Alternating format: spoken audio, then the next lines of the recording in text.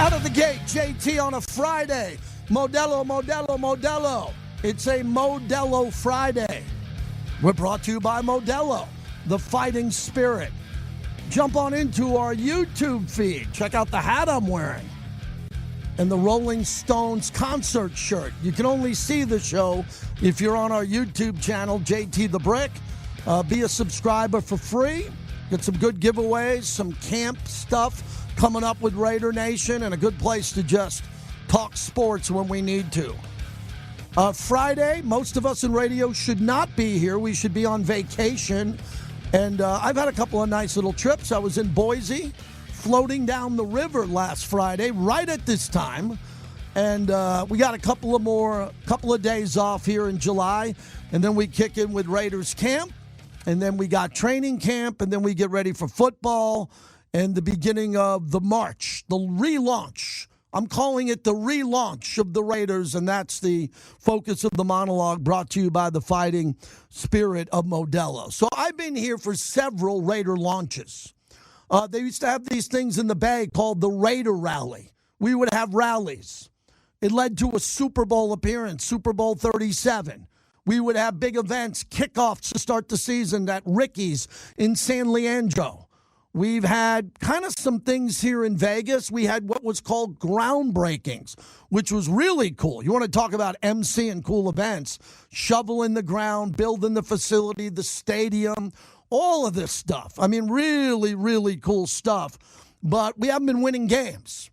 So now this is kind of a relaunch. We've had multiple coaches here in Vegas, great men who tried to bring the team back to greatness, but weren't able to do it for a vast variety of reasons. Just didn't work. Didn't work. Didn't have enough good players, didn't have enough good coaches, didn't have the right schemes, injuries. You can make excuses. Excuses die. The record stands. Now we have a new relaunch, and this is the relaunch, hopefully, that the Raiders get right. Now, what is the relaunch about? It is about one guy, Fernando Mendoza. He's the relaunch. All due respect to Brock Bowers, who's elite. All due respect to Ashton Genty, who I think is going to be great. Tyler Linderbaum, are you kidding me? Best or second best center in all of football. Mad Max Crosby, who never left, right? Good players. The relaunch is about Mendoza, period. Don't know when he's going to play. That's none of my business. They'll tell me. I will know the game that he's going to play before you. They will tell me over the phone what game he's going to play when they decide to play him. I'll be on that phone call, I could promise you. I don't know when it's going to be. I have no idea. But I don't think it'll be the home opener.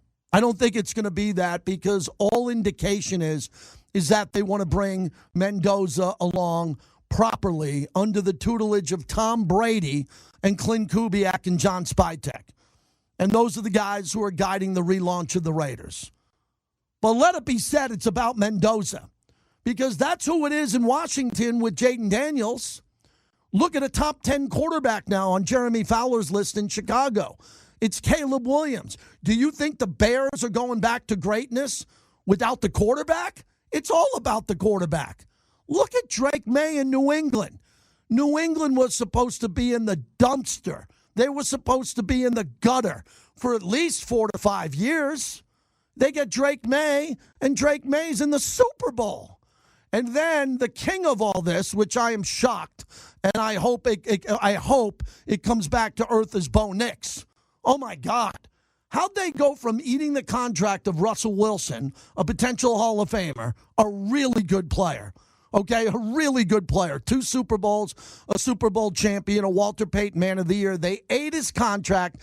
They kicked him out of the building. They were supposed to be in the dump, even with Sean Payton, for at least 3 or 4 years, and they're on the verge of a Super Bowl with Bo Nix. It is about Mendoza leading us to greatness, period, okay? That's why he's at Fanatics Fest holding up a Darth Vader Disney sweater. That's why he's there in New York at the ESPY Awards. Okay, that's why he's everywhere, because he is the face of our franchise going forward. Embrace it. Great kid, great family, does everything right, says everything right, but we don't know how good he's going to be until he gets out there. The good news on the relaunch of the Raiders is that Mendoza is the chosen one. He is the guy that fell to the Raiders because the Raiders were a 3-win team and played terribly last year. Do you know that Tom Brady said on record that no one did their job properly when he was talking about the team? He was correct. Did anybody have a good year last year? Caillou Blue Kelly led the team in interceptions. He's not even on an NFL roster. Who played well last year? Who could you say, man, he had a good year? I'm waiting. Who could you say had a good year? I don't know. Who had a good year? I mean, I think A.J. Cole is the best punter in football. Who else? Who else had a good year that you looked at and say was no one on the offensive line? Nobody. On the defensive line? I mean, Max got hurt at the end. Did anybody play well? Oh, give me a break. I got the Pro Bowl list in front of me. That's the standard of Al Davis, is the Pro Bowl and Super Bowls. Any linebackers? Do you even remember who played linebacker for us last year? Thank God John Spytek was cooking with Nakobe Dean and Quay Walker and got all these guys to come in and play linebacker. Can you imagine after losing Spillane if we came back with the linebacker crew from last year? Oh, boy. Thank God we don't. And then who you like in the secondary? Who played great? I mean, great is Jack Tatum. Great is Mike Davis. Great is Skip Thomas. You don't have anybody great. Now we got some new guys in who are pretty good. So this is the relaunch of the Raiders. I don't know when it starts. I don't know. I don't predict games like other people do. JT, what's your win total? I was telling Q in the hallway, I got a call from a knucklehead producer today in Minnesota that wanted me to come on and talk about a topic that I don't agree with. And I said no. I think I might have hung up the phone on him. I hope I didn't, but I might have. I think I might have hung up the phone on him. He was asking me for someone else's number on the topic, and I hung up the phone. Okay? So this is the relaunch. It's led by Mendoza. Period. Now, is that too hard for people to hear? Do people want to get in a circle, kumbaya, and hold hands and say, oh, my God? Is someone to click the show from me and clip it and say, JT's putting the whole year on Mendoza's back? No, I didn't say that. Mendoza is the reason we play in a Super Bowl or not. Do you understand that? He is the sole reason we play in the Super Bowl or not. Oh, of course I love a team, and it'll be a team effort. And again, kumbaya, we're all going to come together as a team. I got it. I've done this before. You don't do it without a franchise quarterback who can lead you to greatness. I believe we have the guy because he won the Heisman Trophy in the national championship at a basketball school, Indiana. So I'm hoping that he's pretty good. Joe Burrow was really good, arguably better than Mendoza. And he got to a Super Bowl in Cincinnati, and everybody's crowning him as a top 4 quarterback. Mendoza can be top 4. So we are here for a relaunch. If you want to be petty about it and say, well, JT, I hear this from you every year, you might be right. Every year I get pretty optimistic in July and August. But last year I had my head handed to me. I had my head handed to me last year, and I didn't flinch. I went in there, did every show to the best of my ability, every post game, every interview with the coach, did my best that I could possibly do, and I'll do better this year. But I'm hoping they win some games. So as everybody's sitting around wondering what's it going to take, how many more years and all that, no. We got the guy now. We got the guy in Mendoza. He's the guy. The question is, how long can he take us? How much longer is it going to take for us to be relevant? And the good news on this topic, glasses half full, is that look how quickly it happened for Caleb Williams, Jaden Daniels, Drake May, and drum roll, please, drum roll, Bo Nix. Bo Nix? Who the hell is Bo Nix? He ain't Mendoza. Bo Nix is playing well. Don't tell me he's Mendoza. Don't tell me Bo Nix is going to be Mendoza. Mendoza's going to be better than Bo Nix. But Denver's got a better roster. Sean Payton, they did a nice job flipping that roster after eating Russell Wilson's contract. And it seemed like everybody they drafted, everybody they put in their secondary, beneath everybody they had up front, played really well. Played really well. So why am I ranting and raving about this today? Because, again, I woke up to a producer in Minnesota wanting me to come on a show talking about something that was irrelevant, and I just said, I got to get to the radio. My wife's like, you're pacing. Get out of the house. I got here. I fired up the machine. We're ready to go. This is about Fernando Mendoza eventually taking us to the Super Bowl. That is really low-hanging fruit stuff, which I'm not famous for. We go to the Super Bowl, we, Raider Nation, we all go to the Super Bowl, maybe more than once, because Fernando Mendoza turns out to be epic. That's it. No other storyline. What else could there be? What do you think, a backup quarterback's going to take us to the Super Bowl? What are you, crazy? You think a journeyman's going to do it? Rich Gannon took us to the Super Bowl. He was elite. He was a veteran. He wasn't a journeyman. He was a little bit more than that. He was a little bit more than that. But Gannon was great. You cannot bank your success hoping you find the next Rich Gannon. You got to hope that Mendoza is the snake. Ken Stabler went to Alabama. He had an undefeated season at Alabama, and he couldn't even make the team. The Raiders were so good when Snake got here, he had to go play in the Continental League. Google it. There were multiple quarterbacks, including the Mad Bomber, Daryle Lamonica, in front of him. You might have heard of Hall of Famer George Blanda. Okay, there is no Daryle Lamonica and George Blanda in front of Fernando Mendoza. All due respect to Kirk Cousins, but he ain't the Mad Bomber, and he ain't George Blanda. Okay? Mendoza is percolating. Okay? He's on stage in New York. He's at Fanatics Fest. He's doing all this because he's a young man who put his family in a situation to make millions of dollars before he played a snap. It was a lot of hard work. He had to leave Cal, had to go to Indiana, had to win in Indiana, which is impossible on paper, impossible to win a national championship in Indiana in the same state as Notre Dame, and then have to go through great schools like Miami, where he's from, or SEC Powers, and he did it. And Drake May played where? At North Carolina? Who the hell did Drake May play in his national championship Heisman run? Oh, excuse me, he didn't do that. And now he's ranked in the top 8 quarterbacks in the league, and he's already played in the Super Bowl. That's the standard. I'm tying it into this Jeremy Fowler quarterback list of this year that came out with the top 10 quarterbacks. And the first thing that jumped out at me was the age of Drake May and Caleb Williams.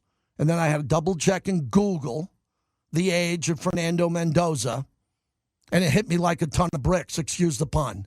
It hit me. Oh, my God. We got a 23-year-old who's going to be 24 and 25, and he can get on this top 10 list. And if he does, we're going to the Super Bowl. Drake May did. Bo Nix almost did until he broke his ankle. So we got to be close with Fernando. Would you agree with me? We got to be close. We got to be closer with Fernando, but we got to get him out on the field. And as a lot of callers have been saying, and I know Vinny and Clay are talking about it. Clay, you've been talking about it on your show a lot. Is this, when do you break the glass and go with Mendoza? And I know a lot of the callers are starting to understand this. And Clay, all I'm saying is wait till the national media gets bored in mid-August and they don't have a topic on NFL Live and they start talking about this every day. And what could also happen is that we may not see a lot of Cousins in the preseason, but a lot of Mendoza in the preseason, and everyone will start favoring what could be in potential as opposed to what is already there relevantly with Kirk Cousins. And that's where the danger zone begins, because sometimes people buy into the hype, but actually you know that there's a lot of work getting done for Fernando Mendoza to be groomed to take over at some point, probably sooner than later. Yeah, I mean, it's a fascinating topic. If you look at all the Raider historians, the Raiders have a really big history department.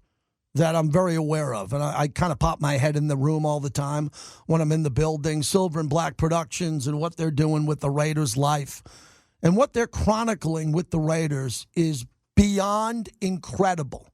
Let me just say that. It's beyond anything you've ever seen a team do.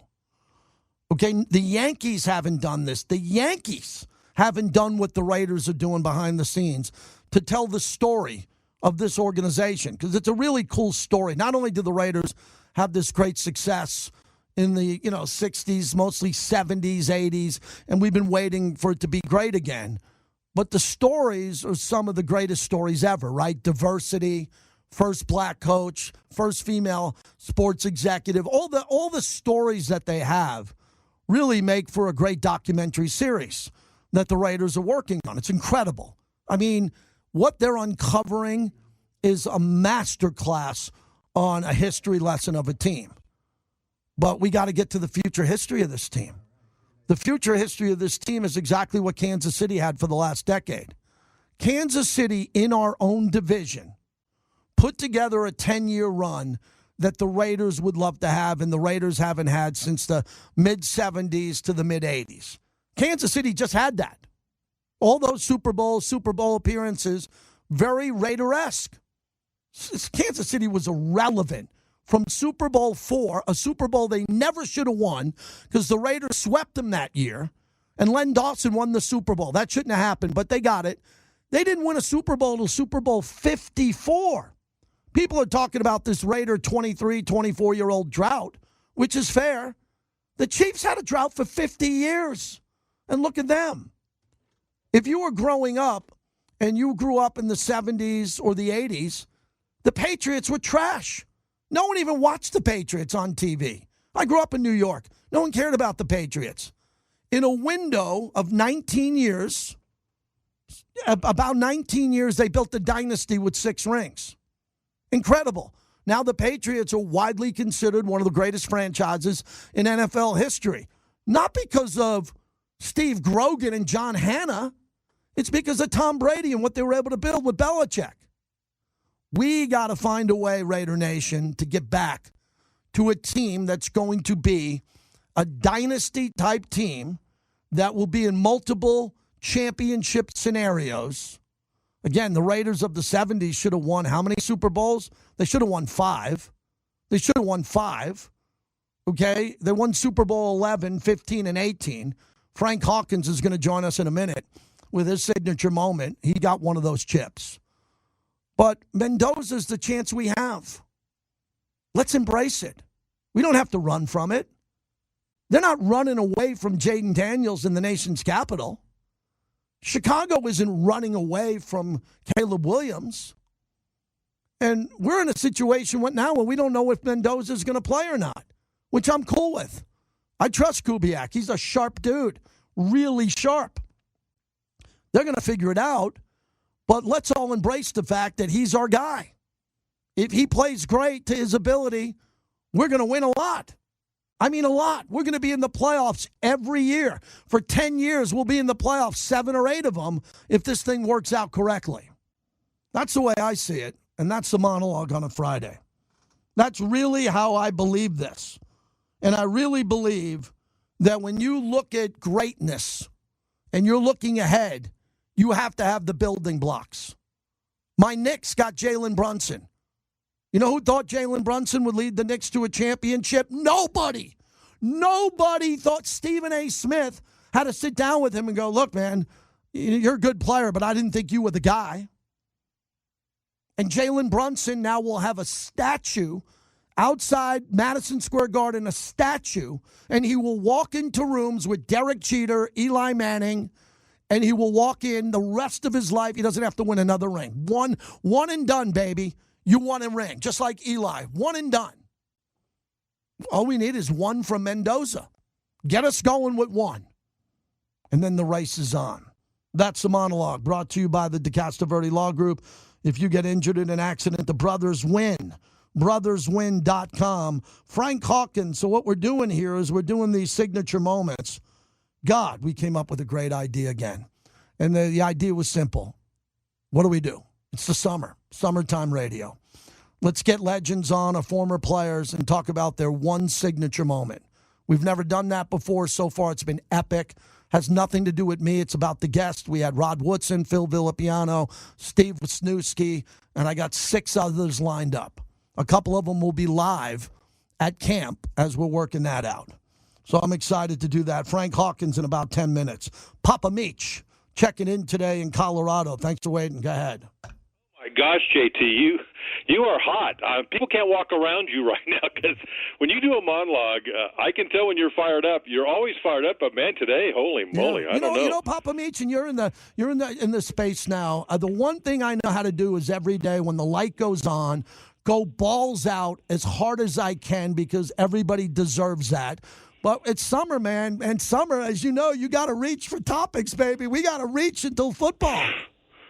I know. I'm learning it. I'm just a very small potato, but you're right, man. What are you going to do on your podcast every week? It's crazy. But I wanted to we talked a little bit about Mendoza when I last talked to you, and you brought up a really great point about, I was saying, play the 3 equally in the preseason and then make your choice. And you came back and said, hey, Papa, I like your thoughts, but you don't really see the real action in preseason. It's got to be before that. And I thought about that. And I even, when we were discussing it in our podcast yesterday, I said, hey, JT brought a great point to me, and now I've changed my thought. But I still haven't changed my thought about starting Mendoza first, because I think everybody or a lot of people are saying, hey, we have Cousins, and so he knows the system the best, so we're going to start with Cousins, and then when we decide that, if he's doing well, then maybe we might ride him the wave for as long as he's doing well. But Mendoza will eventually be the one coming in and playing. And I think we have it all backwards, maybe. I think you start Mendoza, and then if he doesn't, he fizzles or he's having a problem and he needs some time to be taken out, then Cousins is the insurance policy. You bring him in and you let him play for a while, then bring back Mendoza. And for all those people say, oh, no, that will hurt his confidence. Are you kidding me? His confidence? This is a guy that when he got out of high school, I don't know if he was 17 or 18, he and his dad went on a road trip. And on the road trip, they eventually visited 30 colleges, but I think on the road trip they saw 25, 26. Each college, they met the coach in person. He went and tried out, and they said, no, we don't want you. If a guy is told 30 times that he is not wanted and he still perseveres, that's not a guy I'm worried about that's going to crumble if he starts and it doesn't go well and he's taken out and he's going to start again. He's a guy that's going to take us all the way. I agree with you. We're going to win many Super Bowls, but I think the more we play him this year, the more he's going to be ready to put us in those positions to win games and win Super Bowls. So that's my feeling. Yeah, thank you. Great phone call to start us off on a Friday. Appreciate that. That opens up a line for you, 702-365-9200. And I don't want everybody to kind of get the wrong point today. I'm not putting pressure on him to win the Super Bowl now. I'm not doing that. What I'm doing is low-hanging fruit, Captain Obvious stuff that I normally don't do. We have to win Super Bowls with Mendoza. We have to. Look what's happened without him. Look what we've been through without him. With really good coaches who have coached some of the greatest players to ever play. Pete Carroll and Josh McDaniels and John Gruden. Let me repeat. John Gruden, Josh McDaniels, and Pete Carroll all have coached some of the greatest players to ever play. Right? Fact. I'm being obvious. Fact. And we couldn't win a game. We won some with Coach Gruden. We couldn't win at all with Pete Carroll, a legend. And Josh McDaniels couldn't win at all. And they've coached the greatest players of the modern era. Just Pete Carroll and Josh McDaniels alone on defense and offense. And John Gruden won a Super Bowl. John Gruden won a Super Bowl with Derek Thomas, Mike Allstott. Go through the list of legends that he had on his team, right? Legends. Rondé Barber, Hall of Famer. And they won. And they couldn't win at the level they were accustomed to here for a lot of different reasons. A lot of different reasons. But all guys who came in fired up, ready to go. So now we got Clint Kubiak here. He doesn't have to walk around putting his fist through a wall. The guy's cerebral. He's intense. He's just all ball. And I think that's what I learned the most here over the last 2 to 3 years. Now it's all about all ball. I mean, I'm sure there's going to be some electric moments, some great quotes at practice. Players are going to say something that's just going to blow your mind. But it's now about this Clint Kubiak era, which is kind of the era that I like in sports, like the Joe Torre era with the Yankees. Just go win.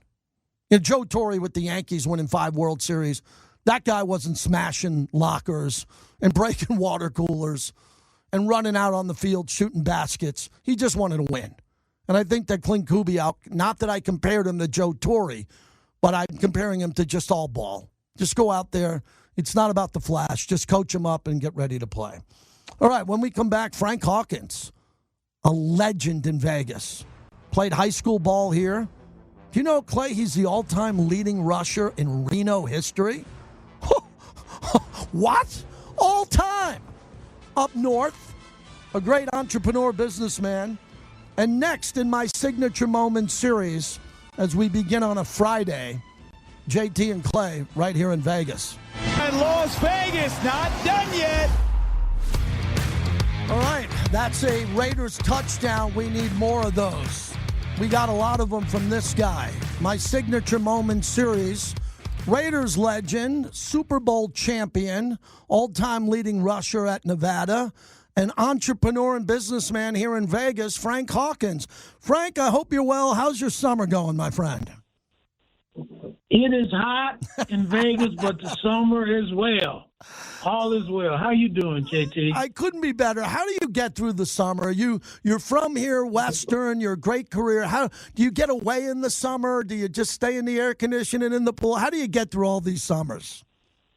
Yeah, I try to stay in the air conditioning, but, you know, I'm in the construction business as a general contractor, and we were out building in the heat all day, but you know, after being here 67 years, you get used to it. Absolutely. Hey, when I reached out to you about, you know, your signature moment, I was looking back, and you got back to me on the Dallas games, plural. And I was looking at one of them. And before we get also to your Super Bowl victory, I thought it was amazing that in 1983 Dallas game, you led the team in rushing with the career-high 118 yards, 2 touchdowns. You had a 38-yard run in that game. Take me back to that game in particular and why it was such a big signature moment for you. Well, yeah, I'll give you a little background. That's when my contract was going to be up, and we had started negotiating. I should say myself and Al had started negotiating the contract, but, you know, it was really hard to negotiate with Al. It was pretty much what Mr. Davis said. That's what it was. So, you know, he talked about the speed that he always loved and how important that was. And then he talked about, you know, Marcus Allen and his greatness and how he and Kenny King would strike the fear of God in the defenses, and he appreciated what I did. And but, you know, the money just wasn't there, right? Mm-hmm. So that Dallas game, Coach Flores, you know, during the season would give me the ball more and more, and after a certain point in time, they didn't really want me to carry the ball, but they knew I could carry the ball because, you know, I did it in college. But that Dallas Cowboy game, like you say, 118 yards and 2 or 3 touchdowns. After the game that night, this is how small the world is, JT, and I don't even know if you know this or remember this, but after that, the very night, I got a telephone call from a guy who owned a new football team in the new football league called the New Jersey Generals, and wanted to know if I would be interested in coming there and being the backfield mate of another guy from Georgia by the name of Herschel Walker. Wait a second, Frank. Frank, hold on a second. Yeah. Donald Trump called you because he obviously saw that game. That was a marquee game. That's right. And you have this big game, right. And you actually, how did he get your number? How did he call you? How did he track you down? This is amazing. Yeah, I have no idea. But it didn't take, you know, Mr. Davis long to find out about it. And so for about 8 weeks, we were negotiating back and forth, and I'm going to share this with you because he was like one of my mentors. But the old governor, one of the governors of Nevada, Michael Callahan, called me and said, "Hey, what's this I hear about you leaving the Raiders?" And I said, "Yeah, I'm going to go play for the New Jersey Generals." And he sort of said, like, "Hell you are, right?" And I was like, No. They offered me more money, better terms. He says, "I'm going to call you back." And he hangs the phone up. And a couple of days later, he calls me back, and he said, "Hawk?" Everybody's calling me Hawk, right? I said, "Yeah." He says, "You're going to get a contract in the mail, and it's going to be better than the one that they offered you." I said, "Governor, you don't even know what they offered." He said, "Oh, yes, I do." And he hung up. He said, "You called me once you signed the other contract with the Raiders, and you got a better contract. You got benefits. You got this and this." So the contract, just like he said, came in the mail. I called him up, went and sat down with him, and we went through it. And he says, "Now, is this a better deal or not?" And I said, "Yeah, it's a better deal." And he says, "Now, are you going to sign it, or are you going to go back and try to get a better deal with the Generals?" I said, "No." I said, "I'm going to sign it." And I did. And I ended my career with the Raiders after 7 years. Frank Hawkins is our guest. So let me get this straight. If Coach Flores doesn't get you the touches, let's go back to that game. Why do you feel like that game against the Cowboys, you were featured so much? Was it an early start to the game where you got a rhythm, or was it the week in practice? How did that game plan come together that would be the signature moment that set up your first contract, your bigger contract? How did that come together in the planning of it? So Al, Mr. Davis always told my running back coach, Ray Wilsey, and Coach Flores, "Yes, we know he can run the football, but I don't want him to run the football. Wow. I want him to block." And I'm gonna take it forward because you mentioned the Super Bowl game. If you remember the Super Bowl game, there was 3 plays that continued our scoring opportunities. One in the flat when they threw the ball out to me in the flat, another one over the middle, and then the third one where I ran for a first down.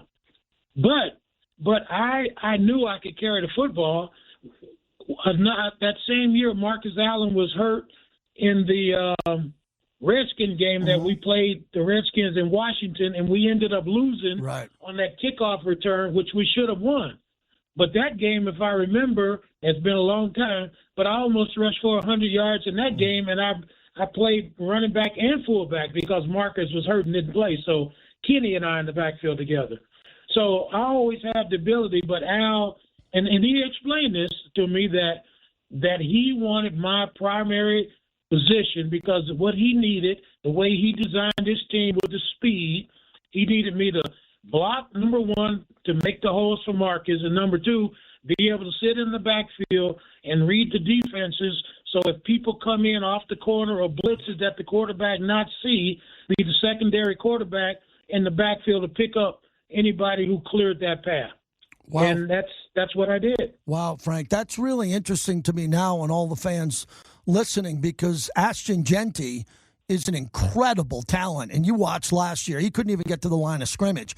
And he had a pretty good year after the hit. I mean, the numbers he accumulated was pretty impressive considering how hard he got hit. Now Clint Kubiak comes in, and he kind of wants him to do what you're doing, because we have now 2 backs and maybe catch the ball. But so you really focused on picking up pass protection because that was your role at sometimes. How did you excel at that, and how much fun was that setting up Plunkett, where at times I'm sure you made a big block that protected Jim on the backside or front side that led to a touchdown? That's right. Now, let me tell you, JT, I don't know how you bring – every time I talk to you, I'm telling you stuff I never tell anybody ever. All right. So repeat that question, because I just lost my chain of thought. Yeah, we're talking about you picking up blocks to save Plunkett. Plunkett could get killed if you're not picking up the weak side or the strong side block, so he ends up throwing a touchdown at Cliff or hit someone downfield. You were the guy who were making that final block in the backfield. Yes. So this is what another thing that Al used to say to me. I was going to tell you what Ray Wilsey. Mm-hmm. Ray Wilsey, who was my running back coach the entire time I was there for 7 years, in 1982. So we drafted Marcus Allen. And Ray Wilsey calls every running back who was on the team the prior year. And he says, I've been instructed to call you and ask you one question. If you don't know how to block, are you willing to learn how to block?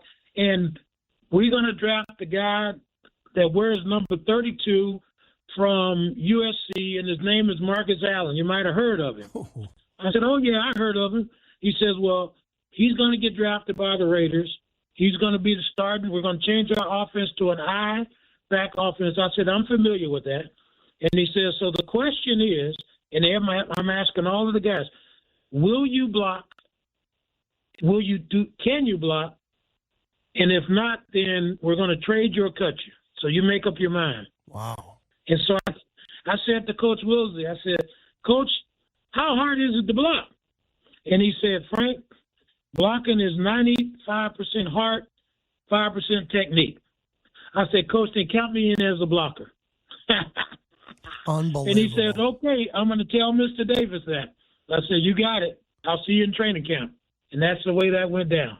Well, the reason I reached out to you and we got a whole bunch of guys lined up after you is I came up with this signature moment. And, man, you nailed it, because if you don't have that game against the Cowboys, I'm sure you're a Raider, but you might have been a general and had a whole different life and career.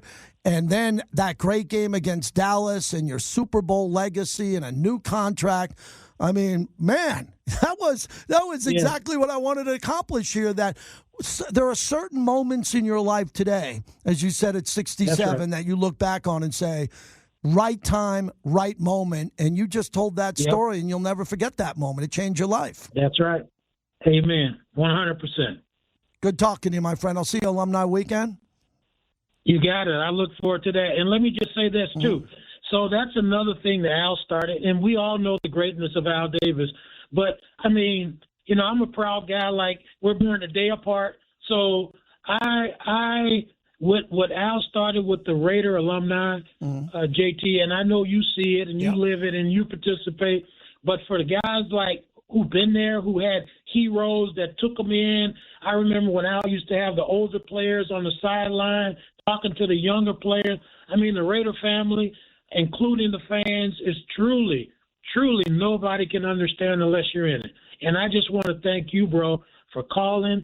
Since you've gotten in the business, you've reached out. You're part of that glue that keeps us all together. And I know you don't get enough praise, and it ain't about the money, but I'm telling you, for guys like me and the guys you see, and we see each other every now and then, we all love you, bro, and we appreciate what you do. Thank you. That's a high honor coming from you. I'll see you soon, Frank. Have a great weekend. You got it. All right. You got it. Frank Hawkins.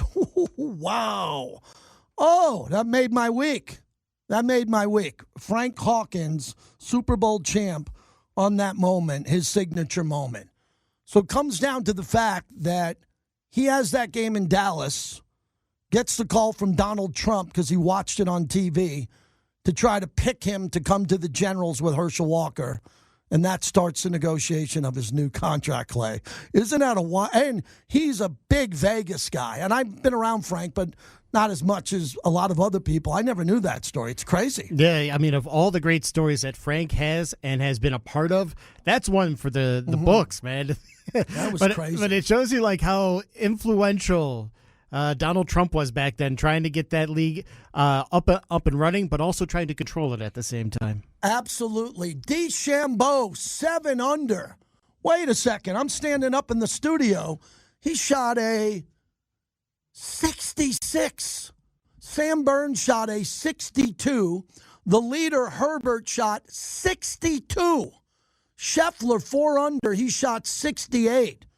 Wow. Look at those scores. We're talking about some low scores, man. Wow. Bryson DeChambeau is the perfect example of Captain America. He loves America. You might not like him. He's a little bit brash, but he's trying to fight a whole bunch of Euros, a whole bunch of Europeans who want to win that open claret jug.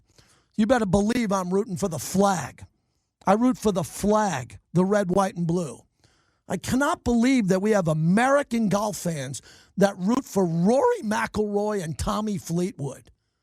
We got about 70 Americans in every tournament, and you got to go root for a Euro? I mean, you really got to root for a European golfer, and you claim to be an American? You got 60, 70 guys every week on the PGA Tour or at the majors who are American, and you're hoping little Tommy Fleetwood wins it? Give me a break. Get behind Bryson DeChambeau. You got behind Tiger. Get behind Bryson DeChambeau. Man, and he was looking for balls in the woods today. And his ball has been all over the course. And the guy's rallying, man. What a story. All right, man, we got a lot going on. It's a Friday. It's a Modelo Friday. Next hour, we're going to do a little bit of me and Clay and a little bit of best of on Fridays in the summer. I repositioned some of my better interviews today. Steve Wisniewski and Ron Artest. Meta World Peace. That was good. A little bit of that best of. And a big week next week. Wow. I don't know if anybody's going to top Frank Hawkins on my signature moment series. Phil Villapiano was Phil. He was selling a book. He was unbelievable. But Frank Hawkins, woo, that was pretty good. All right, 702-365-9200 if you want to get in. I feel a little off today. I have no plans this weekend. I have no plans. I've never gone through. Clay, you ever go through that on a Friday when you're in high school and you're like, no one's called me yet. I don't have any plans. I got to get something going. I got to make something happen. I'm 60 years old, and I'm waiting for my buddies to call me and say, let's go do something. Like, are we going to a restaurant? Are we going to Sphere? Is there a concert? What am I doing this week? I have no plans. And if I have no plans, I'm just going to have Modelo's in my backyard, which is not bad. Backyard brick with a bucket of Modelo's is pretty good. But what am I missing? Is there something happening in Vegas that I'm missing? Is there something that I'm forgetting? I feel like I'm forgetting something big in Vegas this weekend. Well, we got about an hour and 10 minutes to figure that out. When we come back, why hasn't LeBron made up his mind? What's going on there? Warrior fans, you got a shot. Warrior fans, you're back in this. Cisco might be getting a LeBron ticket to see Stephen LeBron. It's close. Welcome back to the JT the Brick Show, brought to you by Modelo Especial, the new #1 beer in the U.S. Pollard in the backfield with Cam Ward. Raiders showing blitz again. Heavy pressure. They back out. They bring just 4. Ward. Pressure up the middle. It's by Laulu. He wraps him up again. Jonah Laulu drops him at the 34. Pressure through the middle. And the Las Vegas native with a dance on a 9-yard sack. Yeah, Jason Horowitz on the call. Jonah Laulu. When you look at the guys on the interior of this defensive line, there's some good players there. One of them has to develop into a Pro Bowler. In order for this to work with the Raiders, some of the guys in the middle, Booker, whoever it is, someone's got to develop into a Pro Bowler. Has to be not elite. Aaron Donald is elite. Aaron Donald, Jalen Carter are elite. Not looking for that. I'm looking for someone who's going to play 16 or 17 games, lead the team in a bunch of different categories in the interior, and get off the field on third down. We need to have that. We haven't had that in a while. When I go back to Darrell Russell, his first 2 years, going to the Pro Bowl. We've had some good guys in the middle. Tommy Kelly, Grady Jackson. Of course, there's been good guys in the middle. We've been drafting a lot of guys in the middle who are just turning out to be a bunch of guys. We need one of them to be elite. Max Crosby was drafted in the 4th round. 4th round. He wasn't a throwaway, but no one thought he'd be Max Crosby that he is now. No one. Now Max Crosby's elite. They developed him. They developed him into a all-pro, Pro Bowl type player. So, Clay, I'm watching this Bryson DeChambeau stuff. He's talking to the officials because his ball is in the woods. You could not be farther away. They have the telephoto lens on him. Yeah. And he's yelling at these officials because he wants relief. He wants relief, and he's yelling at them, and he looks like he's in a jungle 30 miles away from this golf course. Where did he put the ball? There's no way he can hack through. No way. You can see the roughage. It's up to his knee. maybe even a little higher in some I can't believe spots. they found the ball. And we don't even know if the ball is like in a crevasse somewhere, But right? I'm assuming, and I think I got this right, this is earlier because he did finish with the 66. I got to stay here and figure out through the break how he ended up getting the ball out because the two guys are basically telling him, no, you're going to have to play this ball. They're not giving an inch on any of this. Oh, my God. This is really good drama. And Bryson's taking his hat off over his head like, you're making me make this shot? I cannot make this shot. Happens to all of us. And he's really animated, man. Really animated. Wow. All right, Q's coming up. Hey, quickly, what is the word of the day today? If you can help us with that. If you have this here momentarily, we're going to get to that because... Yeah, the hotel is word of the day. Hotel. Text it in to 702-365-9200 for your chance to win the Mississippi River Cruise 5 nights on the Big Muddy. You get your taxes, fees, port fees, gratuities, and airfare all by texting in the word hotel to 702-365-9200. And you have a chance to win each and every week during the Summer of Fun, brought to you by Terribles, Raider Nation Radio 920. Well, it says earlier, now it's saying currently, so I guess he's still out there. I got to figure out exactly what's happening. This is nuts. We got another hour, and then it's a bucket of Modelo, so jump on in. We'll thank all of our proud partners, and really excited that we have new partners coming in that we're really excited about as we kick off our football season August 1st. Man, I count this as football, but we really count our football coverage for this show August 1st. How good was Frank Hawkins? Let's thank the Hawk, Frank Hawkins, hour number 1. He was fantastic on the flagship. Welcome back, everybody. Last hour of the week here on the flagship of the Silver and Black, Raider Nation Radio. JT along with Clay here. We'll thank our proud partners as we do every day, but every Friday, a little bit of an exclamation point.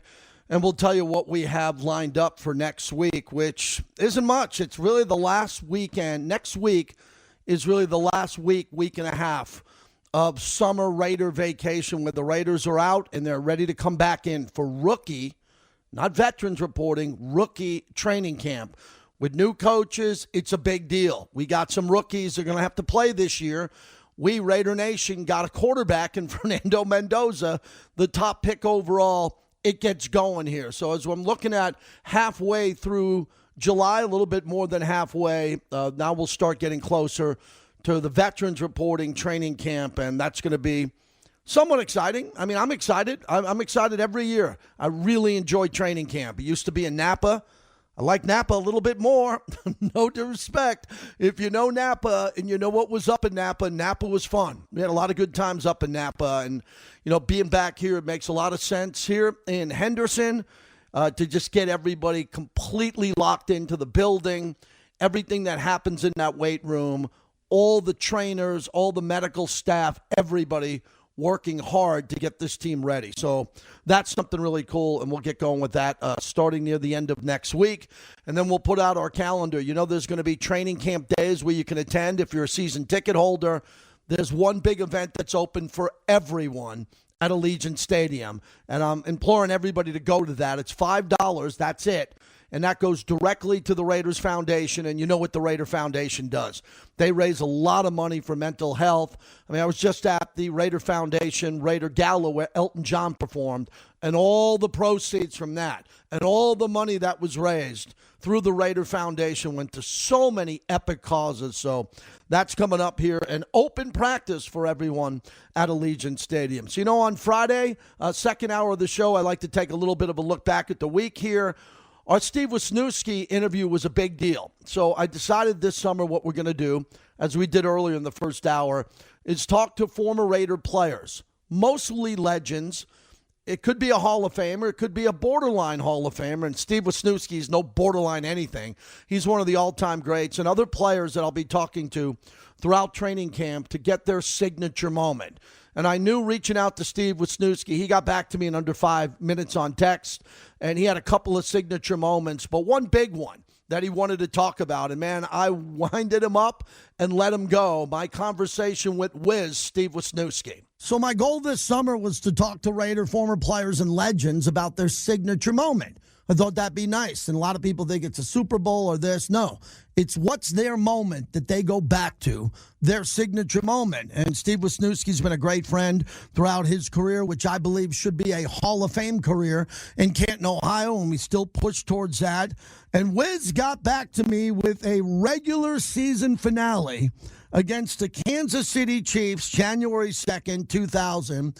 And we welcome Steve Wisniewski to the show. Wiz, how's the summer going? Any heat waves? You getting in the water? How you feeling? JT, it is such a pleasure to speak with you always. I am smiling from ear to ear. You can tell your listeners how easy it was to get me on this show. You could call at midnight, and I'd be on 5 minutes later, JT, because you are a class act, my friend. It's so good to hear your voice. It's great to hear from you. So we're going to get into a couple of thoughts on this game at Arrowhead Stadium as you and your teammates fell behind 17-0 in the first quarter to Kansas City. Tell us what that moment was like and what was said before halftime and in that game to turn around this game and give you the momentum for that postseason run.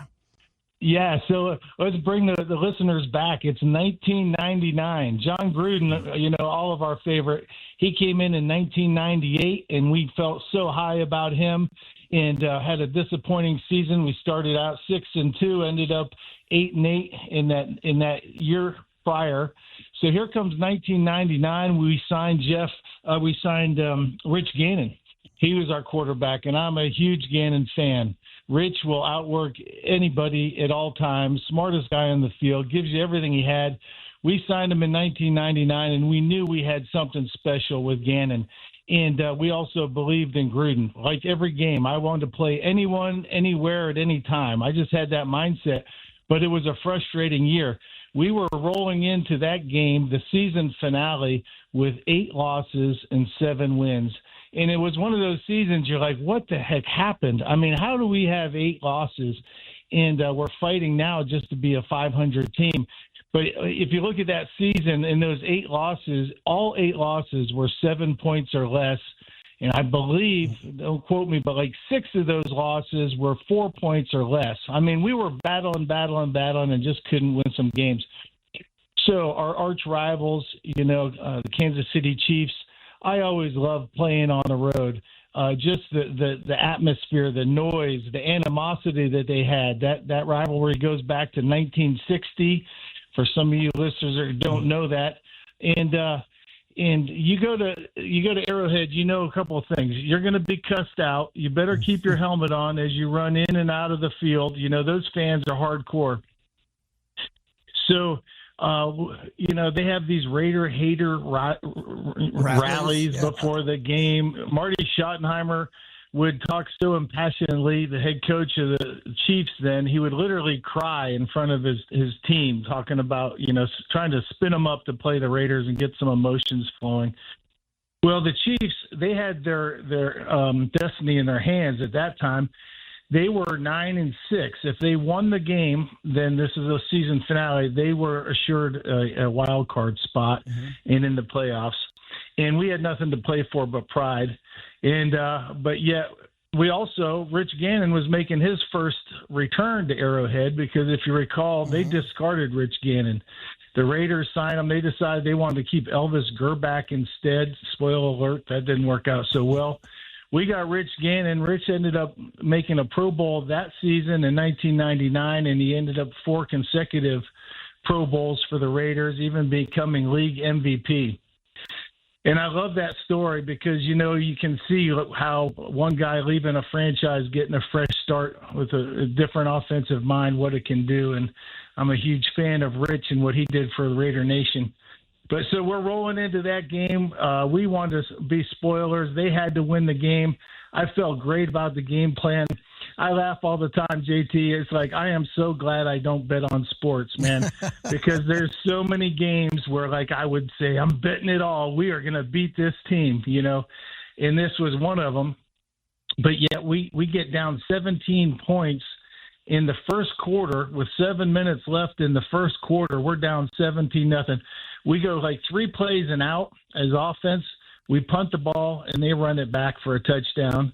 Then we get back on the field. Rich Gannon, very uncharacteristically, intercepted for a touchdown.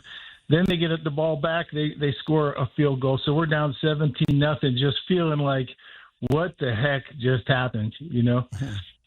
Well, Gruden, you know, if you're up, he's going to be screaming. If you're down, he's going to be screaming. But we were all, you know, patting each other. We were all slapping each other. We're like, hey, listen, let's go. You could barely hear anything out there. It was so loud. I mean, they turned out for this game because they knew they had to win this game to get to the playoffs. And as a wild card team, this was going to be their last game in Arrowhead that season, regardless. But anyway, so we battled back. Rich Gannon ended up 315 yards passing here, 3 touchdowns. Tyrone Wheatley, two touchdowns. And it just seemed one play after another. It was one of those games like you had to earn every yard you made on the football field, you know. Mm-hmm. And so we battled back and tied up the game and ended up winning that game in overtime, 41-38.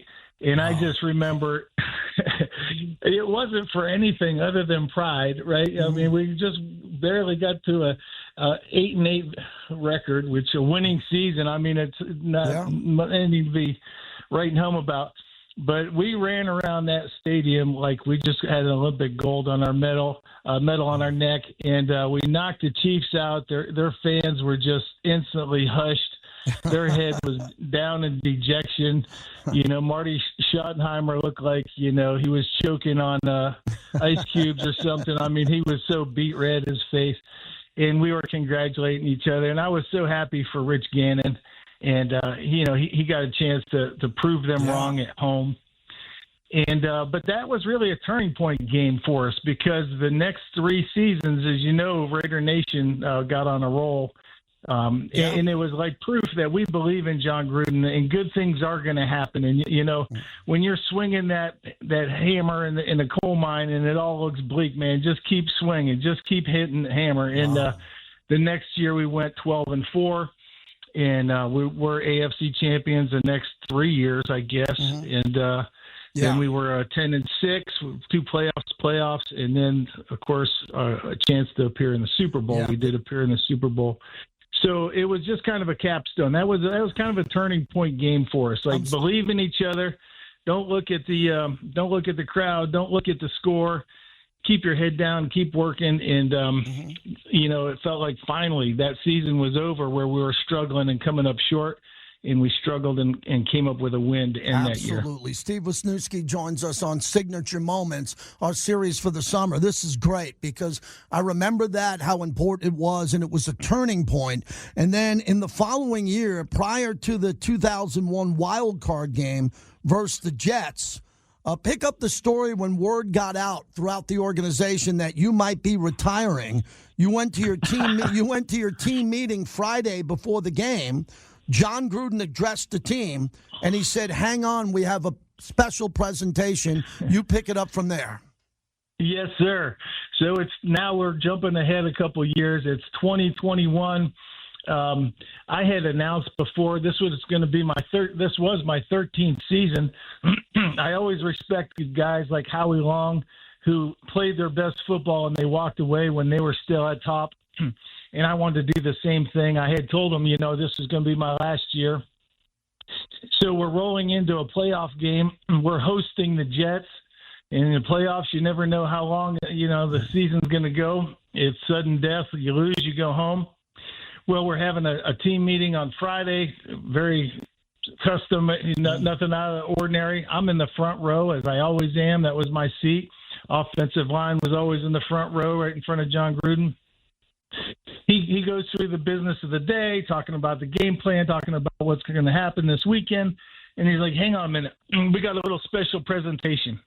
And we're all just there's kind of an awkward pause of like 30 seconds. Guys are just kind of looking left, looking right. We didn't have phones. You weren't allowed to have a phone anyway with you at that time. So we're, you know, just kind of nervous energy looking around. I hear a motorcycle start up. I mean, kind of loud, like it's in the building. I'm thinking, what the heck? How's there a motorcycle in the building, let alone it starts revving the engine? And I'm thinking, what the heck? Like, is someone trying to, like, pump us up here?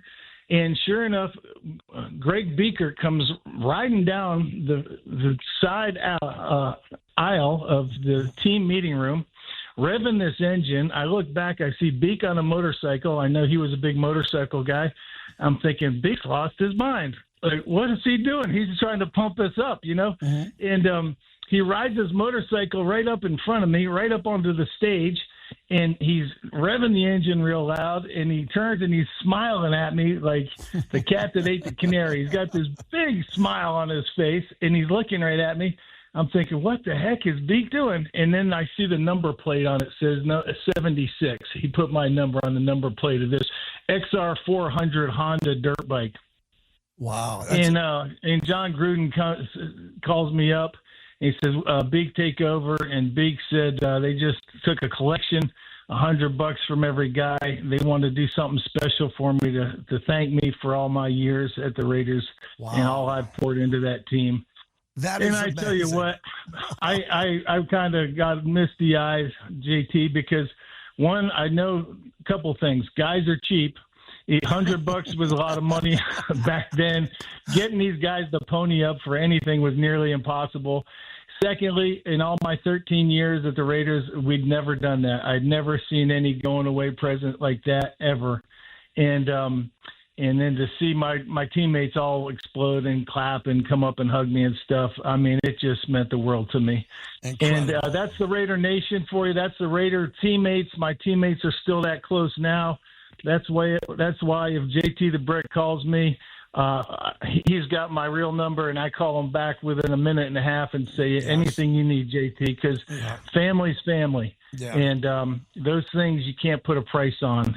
Wow. And these memories make me smile and make me cry even today. You know what's funny, Wiz? The gifts now, you see a quarterback, he wins MVP, and he buys his offensive line Rolexes or like the craziest gifts are like $100,000 to $200,000 gifts. They have to buy Christmas presents now that are $50,000, and you're talking about guys chipping in $100 for a dirt bike, and it still gets your hair to stand up today because you know that meant something. It didn't happen a lot. Now it's a new era with money and all of this, a little bit more than when you guys were making back in the day. It's a little bit different on how heartfelt it was when you received that gift.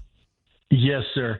It's all about camaraderie and the brotherhood. Yeah. People will ask you till you're old and gray, what do you miss most? And you miss the teammates, you miss the camaraderie, you miss the friendship. And we'll see guys at reunions now.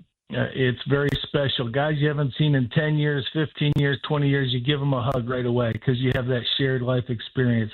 Well, I'll see. Yeah, that's great because we'll see you at Alumni Weekend for the Niner game, and you'll get a chance. I just can't wait. I hope I'm a fly on the wall, and I'm there the day that you're talking to Coach Kubiak and the offensive line, Coach Dennison, and you could kind of get a few minutes with Tyler Linderbaum, the new center here who's going to anchor the offensive line the way you anchored the offensive line for so many years and have that special moment with you and all your accomplishments with him because, Wiz, I think we're only going to go as far as this offensive line with Mendoza eventually, Genty, Bowers. Do you feel like this offensive line, after a really tough year last year, is finally going to get it together? I do. I think they're going to get it together. And you're talking about Tyler, clearly the best center in the league, if not one of the very best centers of the league. It always starts there. I like what I see out of this team. I like their mindset. The offense has got a lot of weapons. And I think it's going to be a great year. And speaking of that, JT, I would love the opportunity, if I could, to speak to these men just for a few minutes even. The highest honor I think I've ever received wasn't being named to 8 Pro Bowls. It was the fact that I got to spend time with Gene Upshaw when he was alive, Art Shell. He was my both position coach and head coach, Jim Otto. And the best compliment I ever had was Jim Otto and Art Shell telling me that I could have played in any era. I could have played them, and they would have been honored to have me as a teammate on that offensive line. And I would tell Tyler, you know what? That's what you want to earn. You want to earn that kind of respect where former Raiders or say, you know, I would have been honored to play with you because we're part of a legacy. This isn't just a talented team. You know, as you take part in the 2026 NFL season, you're taking part in a legacy that goes back to 1960. So I would just try to instill that in these young men, you know, carry the torch, be proud when your career is over and you look back. Just be proud of the effort you gave and what you laid down to be a Raider. We've had a lot of conversations over the years. This one was kind of more memorable than most of them because it was a really deep dive into a couple of games and moments in your life that I think the fans are going to be really appreciated to look back on. Wiz, thanks for doing this. Enjoy the rest of the summer. We'll see you out here pretty soon. Yes, sir. Thank you, JT. Always a pleasure. God bless you, brother. God bless you. Steve Wisniewski. How good was that? Appreciate Wiz for that candid conversation. I never heard the dirt bike story, and I was around for that. Never heard that story. And as we talked about in the conversation, nowadays, man, people just giving Rolexes, cars. Just, I mean, the amount of money that players spend on each other for Christmas and holidays, and they all go to each other's weddings. Hey, congratulations to Jackson Powers Johnson, who just got married recently. Shout out to his parents, who I've gotten to know. Great people. And I hope he has a beautiful, beautiful life with his new bride. So, again, thanks to Steve Wisniewski. And next week, I'm working on a couple. We should have two former Raider players next week to jump in with their signature moment, as that'll be our feature throughout the summer. When we come back, this was the week of NBA Summer League. I was at Summer League out there twice, had a really good time. Last night went to the film festival, which was really cool to see all the NBA players there celebrating, relaxing. The entrepreneurship in the NBA is about as good as I've seen in any sport. There is a brotherhood going on with the NBA that I'll discuss, but that's coming up next as we continue. And we're brought to you by our great friends at M Resort. Emeril Lagasse has a brand new restaurant there called Merrill. My wife and I was invited. We couldn't make it for the opening night, but we're going to try to go in the next 2 weeks, maybe go during training camp with Fred and Angela Bolitnikov. Emeril Lagasse, that's a big deal. And he's now inside the M Resort Spa and Casino as we continue on Raider Nation Radio.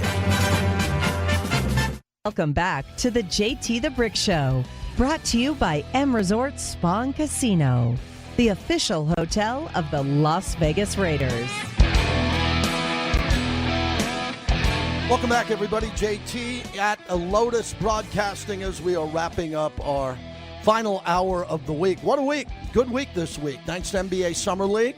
As we'll say goodbye to Summer League here, was at the Palms last night for their nice event, for their film festival, which I really enjoyed. Fantastic. Speaking of films, my son saw The Odyssey last night at IMAX, of course. You can only see it at IMAX, and said it was brilliant. Maybe the best movie of his life. Now, he's only 25 years old, and I remind him he didn't see Raging Bull in the theaters or Platoon, my all-time favorite movie. Yes, my JT number one is Platoon or The Godfather. I didn't see The Godfather in the movies before my time, but nice plug for that movie, and I'm going to wait for a few more reviews. I'm definitely going to go see it, but one thing about The Odyssey, you have to see it in IMAX. You can't watch it at home. A lot of movies you can watch at home. This one you got to go see in the theaters, so we'll see how that plays out. A good weekend coming up here again this Sunday. And again, I hope some people have Sirius XM. I do. I've had it from day one. I think it's the best value in all of radio. It's the best value in all of radio is Sirius XM. Way before I started working there, because you can get all their channels for a small price that costs the same as a large or a grande cafe latte for the month. Believe me. And then with the price of gas, and if you're in your car, it's great. So Sunday I'm on from 9 a.m. to 1 p.m. It'll be the Open Championship. I got up real early today. I don't know why I got up so early today, like 4:30 in the morning, and turned on the Open Championship and was watching golf. Started on my phone and then switched over to USA, which has the golf coverage, and really good to see Sam Burns shoot 62, and then to see Bryson DeChambeau make a charge today with all that. So I think the golf's going to be great. World Cup on Sunday, so we'll see the matchup I didn't want to see, but we're going to see it. Lionel Messi and Argentina versus Spain. I was hoping England. I was close. Real close to England, but England collapsed, so it will be Spain. And Spain's only given up one goal in the entire World Cup. I don't know how that is even doable. How do you give up one goal an entire tournament? So it feels like if they go up one goal, they might win the World Cup. So that's going to be fascinating to see. And then everything that we've been talking about with the NBA and the NBA offseason, LeBron. But I think the big story this week was Adam Silver's comments about expansion to Vegas, which is happening. Remember, baseball with Oakland over the years. Remember with Oakland, I was there. I had a front row seat to the debacle of the Oakland A's and the fight with the Raiders up there and what Oakland did and what they wanted to do way before Vegas was even talked about for the A's. Everybody's excited now because Vegas is such a huge sports town with all major sports teams obviously going to be here. But this NBA story this week got a lot of traction with Adam Silver, and he wants it here. He wants it here bad. Look, it's going back to Seattle, and the Sonics deserve to get their team back. But, Seattle's not going to move the needle. It's going to be good to have the NBA in Seattle, but the NBA is in Portland, and that doesn't mean much. And the NBA is in Memphis and New Orleans, and that means nothing. And Seattle's a better sports town for the NBA, and they deserve to get their team back, but it won't be anything compared to Vegas. Vegas is the last spot for the NBA to come to, and without talking about where's the new arena going to be, what part of the Strip, we'll get to that. The big topic going forward is who's going to be the ownership group that is awarded the NBA franchise. And I'm doing my due diligence on that, and I'm going to continue to do it until I have a worthy opinion on it about who I think is going to be able to get that team. And there's a lot of players there, and there's a lot of players in the shadows. That's the term I heard at NBA Summer League from someone super high up, that it's in the shadows of other people who are waiting to pounce and join these investor groups. Everybody's going to want to get a piece because it's so expensive. Someone's going to get 1 or 2% of the team, a former player, someone else, a Brad Pitt, whoever it is, a Tom Hanks, not just saying that, or Ben Stiller, whoever it is going to want a piece of the Vegas team. That's how big this is going to be. We'll wrap it up on the other side. I got a lot more to get to. Please follow us on all of our social media. I did an Instagram live feed today at JT the Brick LV. Just another place to follow to get strong opinions on Raider Nation Radio. Brought to you by the DeCasta Verde Law Group. If you get injured in an accident, call 702-222-9999.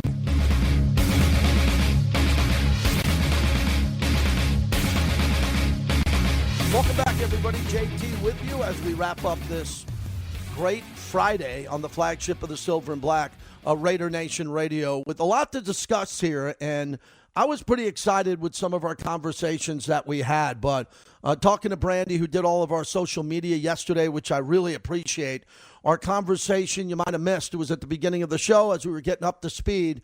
Ron Artest, who is Meta World Peace. And it was really nice to connect with him because, as you'll hear in the conversation, I've been interviewing him his whole career, but we never met. We never met in person, sitting down. And at NBA Summer League, it was really cool to catch up with him and build that bond face-to-face, my conversation with Meta. Meta, thanks for a few minutes of time, and I'll stand up with you here for a minute or sit down if you'd like to sit. Yeah, man. Is this the first time we met in person? No, I think it's the first time because you've been coming on my radio show with me for a long time. For a long time. Let's get that down here. There yes, go. Thank you, sir. There you go, my friend. I've been coming on your show for a long time. You have that. And I'm like, hold on. I think this is the first time I've ever met JT the Brick up close, man. We had a lot of great shows. We've had a lot of great shows together. So, first off, this NBA Film Festival, the Summer League Film Festival. Dennis Scott, baby. Right there, one of the best, one of the best. What brings you to Summer League other than seeing so many former teammates, scouts, players? Yeah. What's going on this week? Well, initially I came to see Mary J. Blige. Okay. So I told my daughter, July 15th, we're going to see Mary J. Blige. Now, we obviously know that the Summer League is in Vegas, so that was more in my subconscious. Then I also had a real estate event with Mr. Alex Dixon. It was called Beyond the Strip. Everybody's talking about building NBA teams, but what about Beyond the Strip? So that meeting was on UNLV campus, right behind the Thomas and Mack Center. I'm like, hold on, we need to just go to Summer League. It's right there. It's literally, it's hot. Felt like an hour. But it was a 4-minute walk, which felt like 40 minutes in that heat. Well, I'm from Long Island, New York, and your background in Queens. Yes. So a couple of big topics right out of the gate. The Knicks, after 53 years, it was my holy grail. Yes. When you saw them climbing through the playoffs, yes, coming back from down 29, what they did to Cleveland, what they did to the Sixers, and then what they did to Wembanyama. What was going through your head watching the finals, as it seemed like San Antonio had them on the ropes multiple times, yes, but Mike Brown made the adjustments? Yeah, Mike Brown made the adjustments. I mean, we always wanted to see the Knicks win. You know, the Knicks winning, it felt like I won and every other, singular person in New York City, which is millions. And you saw the different personalities individually and with the New Yorkers, but you saw those personalities come together. And the thing about the Knicks is you feel like you did something. So if you're a fan and you're sitting at home and you cheered, you feel like because you cheered that loud, that's the reason why the Knicks won, right? Yeah. That's how we feel. We just take so much ownership. It's my buddy Rick Hamlin, man. I my know guy, him my well. guy. So you felt like that was a piece of you. You felt like the Knicks winning What's up, man? was an absolute piece of you along the Yes. way. Good to see you, my friend. So going back to your youth, your family, Right. your cousins, everyone involved, it felt like that was a big gorilla off everyone's back. It was incredible. And my head coach of Cal State LA Los Angeles, Division II basketball, women's basketball, Coach Torino Johnson right there, he has a relationship with Coach Mike Brown. So on March 4th, we get a text, he gets a text, but talk about defense with Coach Brendan O'Connor. So Coach Torino calls me and says, hey, I think I'm going to talk some defense with the Knicks. So I say, oh, yeah, okay, give them everything. I'm like, I love the Knicks. So everything they talked about was, a lot of my defense strategy. We coached together for 7 years. But since March 4th, they went 46-19. And I was saying, like, it was so ironic. I always wanted to be a part of a Knicks championship. And for the Knicks to invite me to the Legends Night, wow! I get a Knicks jacket.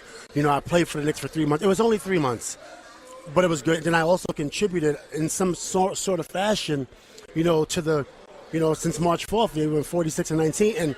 And one, it validates how great of a coach I am. But two, to contribute, even if I was washing the floors under the players' bench, anything to contribute to a Knicks title. Wow, that's very humble to say that. Yeah, I mean, I'll do anything to contribute, and you did with your defensive philosophy, because I didn't believe that Mike Brown was going to be better than Thibodeau. Why would I believe that after he came off the bench from Sacramento and was taken over for Tibbs, who was a defensive head coach? What did you see with Mike Brown that led you to believe that he can do this? Well, I think, I think that with Mike Brown, he has a lot of experience. So with the experience with, going under Coach Pop, then going under Coach Carlisle, then coaching the Cavs to the finals, then going under Coach Kerr, and then being the head coach. You've been fired multiple times, but that's a lot of chances and a lot of opportunities and a lot of experience. At some point, it's going to all come together. If you don't have a guy like Jalen, it's a little bit difficult. We'll just say that, right? But it takes a coach like Mike Brown and a player like Jalen to come together, not like oil and water, but like sugar and water. That mixes very well, right? Yeah, it tastes like iced tea. It tastes like Kool-Aid. Right? Arnold Palmer. There you go. Perfect collaboration. Matt, I got to ask you this because you got a lot of friends here, and I know you're pressed for It's all time, good. but the LeBron recruiting, you were recruited several times in your career. You Right. saw people try to maybe recruit Kobe away. Shaq comes to the Lakers. Right. What is going on? What can you tell us behind the scenes from the Warriors? I think Cleveland's the best fit because they went to the Eastern Conference Finals. Right. Then we look at the Sixers with Maxey and now having Jaylen Brown. Who do you believe is the front runner for LeBron James? The front runner for LeBron James, it's hard to say. I never thought I would be talking about this at the end of someone's career, right? I mean, the Cavs, for me personally, I think the Cavs would be great because he's played there. I think that was the single most important championship in the history of the NBA because LeBron went back home and won a championship somewhere where they never had a shot. That's a big championship. So to end your career there, I think that's big.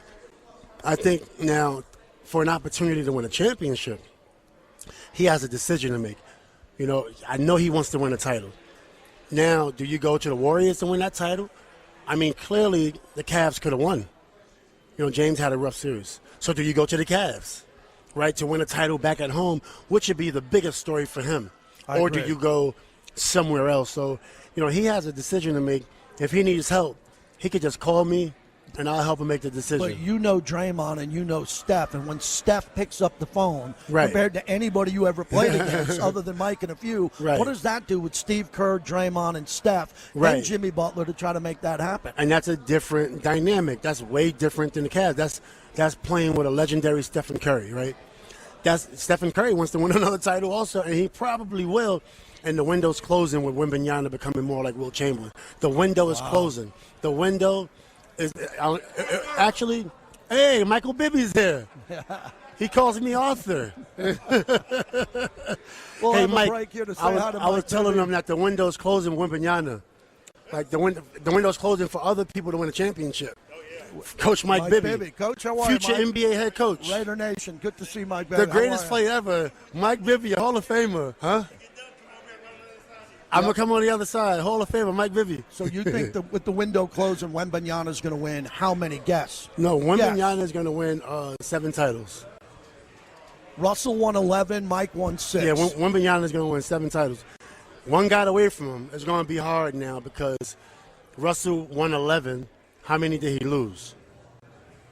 Russell, I know that Jerry West lost 8 out of 9. Right. So Russell won 11. I want to say he lost 1 or 2? 1 or 2, yeah. Okay, so now Wembanyama has a shot. I think Wembanyama is going to win 7 rings. Last one, Matt, I want to ask you. This is a really personal question. My son, who's backstage running my show, grew up, the first words out of his mouth sports-wise was Kobe. I want to know every day, how many times do you think of Kobe, and what can you share with our audience on how he's motivated you the rest of your life from the relationship you had with him?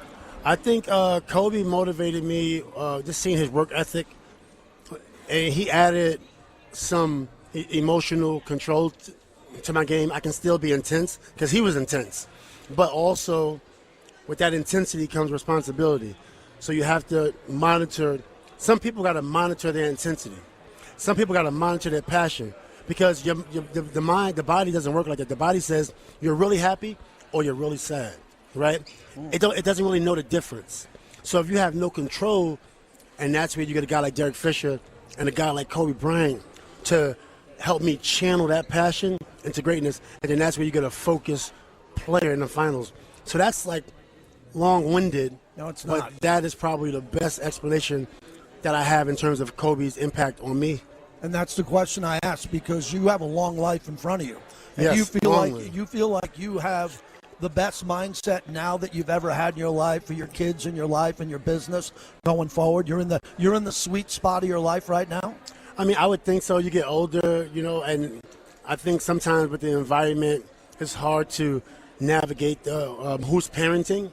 The parents are working, right? So now the streets are parenting you, and then other people outside of your neighborhood's parenting you. And then sometimes that way it can go wrong. You do have good mentors out there that can help a kid go to the next level. But you also have mentors, supposedly mentors, they don't know they're mentors, and they're not helping the kid go to the next level. They're guiding the kid in the opposite diagonal direction, which is down a downhill slide, right? So that's where life becomes really interesting, you understand? And it's something that we have to navigate. It's really community policing, community parenting. Great life, great guy. I'm happy we're able to do this. Thanks you. for doing this. Appreciate it. Finally met JT, man. We finally met, man. We've done the greatest. You are the greatest. Thank you, brother. Absolutely. Good to talk to you. All the best. Appreciate it, everybody. How cool was that? And we really appreciate all the social media that's up there. You can check out the full interview at lvsportsnetwork.com. It's also right there on the homepage at the Raider Nation Radio YouTube page, which we're really going to give a big boost to coming up here from training camp, because I just know there's going to be so many interviews coming from training camp that you'll be a part of all of it. You'll be able to see the video that goes up along the way. And a lot of people want to see videos, and they want to see short videos, and they want to see something a little bit different, and we're trying to get that done to the best of our ability here. So please go check it out. Tell us what you think and be a part of what we're doing online in podcast form and everything else that we're doing here on the flagship of Raider Nation Radio. All right, before I get out of here, I'd like to thank some partners. This is an exciting time for my show because this time of year, as much as I'm on the radio, for every hour I spend on the radio, I spend at least 2 or 3 hours either meeting with our partners or renewing our partnerships or quite frankly, trying to bring new partners in here that we can build the relationship with. And last year was an historic year for us on this show, and this year is trending to be the same. We'll have a couple of new announcements right before August. But once again, I want to thank the Black Hole. The Black Hole's getting ready for the kickoff party for the home opener. It's going to be a monster. And if you please go to theblackhole.com, become a member, and you'll get the discount, and you'll know you're getting into the party. I will go as far as to say this. This will be the biggest NFL fan party week one of any team in the NFL, hosted by the Black Hole. Boyd Gaming, always bet on black. 10 local casinos here in the Valley. Brothers at Modelo. Steve Gomez just had a birthday, and Modelo is back with us. They are our original proud partner, the Fighting Spirit of Modelo. The DeCastroverde Law Group. If you get into an accident, it's Brothers Win, brotherswin.com. Now, you know Finley Volvo Cars of Las Vegas, easy to find right off the 215, directly across from UFC. And UFC now has a big partnership with Meta. You see all that new signage there, directly across there. As you go to Rainbow and the 215, go see Mike, and please test drive a Finley. We got 2 for 1, 2 great new companies. Aspen Vodka, who's now the official vodka of the Raiders. That's pretty big. They're also the official vodka of the New York Yankees. And Flecha Azul Tequila, which we'll be doing a lot of live promotions with them, maybe some tastings. We're looking to do some really cool stuff there. Remy Martin, Team Up for Excellence. We're back with Remy Martin and everything that they do for us. Wow, Remy Martin made me feel great when they renewed. They always renewed. They're our original proud partner here. I mentioned M Resort with Emerald's new restaurant. 2 towers are better than one. Raising Cane's, chicken fingers, one love, the best sauce. Maybe you saw Brady dunk Rob Gronkowski at Fanatics Fest, threw the football into the dunking machine, and Gronk fell into the cane sauce. I thought that was a really good promotion, and we want to thank our friends Michael E. Minden over at Fashion Show Mall. If you need a jeweler, you always need to buy your partner something nice. Surprise her. Surprise her with something great. It doesn't have to be an anniversary. It doesn't have to be a birthday. It doesn't have to be Christmas. Michael E. Minden, proud partner of our show. Most importantly, thanks to Clay Baker for doing everything that he does. Q's coming up next. He always has a great show lined up for you, great guest, and is always here grinding for our station, getting us on the air and setting up what's going to be a tremendous preseason. We'll catch you back on Monday, everybody, and if you miss anything, go to lvsportsnetwork.com. Have a great weekend.